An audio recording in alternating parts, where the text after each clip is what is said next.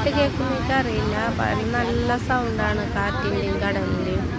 അപ്പം നൊന്നുകുട്ടിയും പപ്പയും നിന്നിട്ട് വെള്ളത്തിൽ കളിക്കണം. നമ്മൾ ആദ്യം മറ്റേ പത്താങ്കല്ല് ബീച്ചിൽ പോകാമെന്ന് വിചാരിച്ചു, അറപ്പുള്ള സ്ഥലത്ത്. അപ്പോൾ അവിടെയാണ് വെച്ചാൽ നല്ല തിരക്കായിരുന്നു. പണ്ട് അങ്ങനെയൊന്നും ഉണ്ടായിരുന്നില്ല കേട്ടോ. ഞാനും ചേച്ചിമാരൊക്കെ പണ്ട് ഇടയ്ക്കിടയ്ക്ക് പോയിരുന്നു ഞങ്ങളുടെ ചെറുപ്പത്തിലൊക്കെ.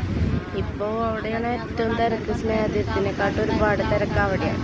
അപ്പം നൊന്നുകുട്ടീനെ കുറേ നേരം വെള്ളത്തിൽ ഇറക്കണ്ടെന്ന് പറഞ്ഞിട്ട് എന്നാലും ആൾ കാല് കഴുകാൻ വേണ്ടി കഷ്ടപ്പെട്ട് ഇവിടുന്ന് കുഴി ഉണ്ടാക്കി കാലുകൊണ്ട്. അപ്പോൾ കാലിൻ്റെ അടി മുഴുവൻ മണ്ണായപ്പോൾ ആ പേരും പറഞ്ഞ് കഴുകാമെന്നും പറഞ്ഞ് പോയതാണ്. ഇപ്പം അത് അവിടെ നിന്ന് കളി തുടങ്ങിയിട്ടുണ്ട്.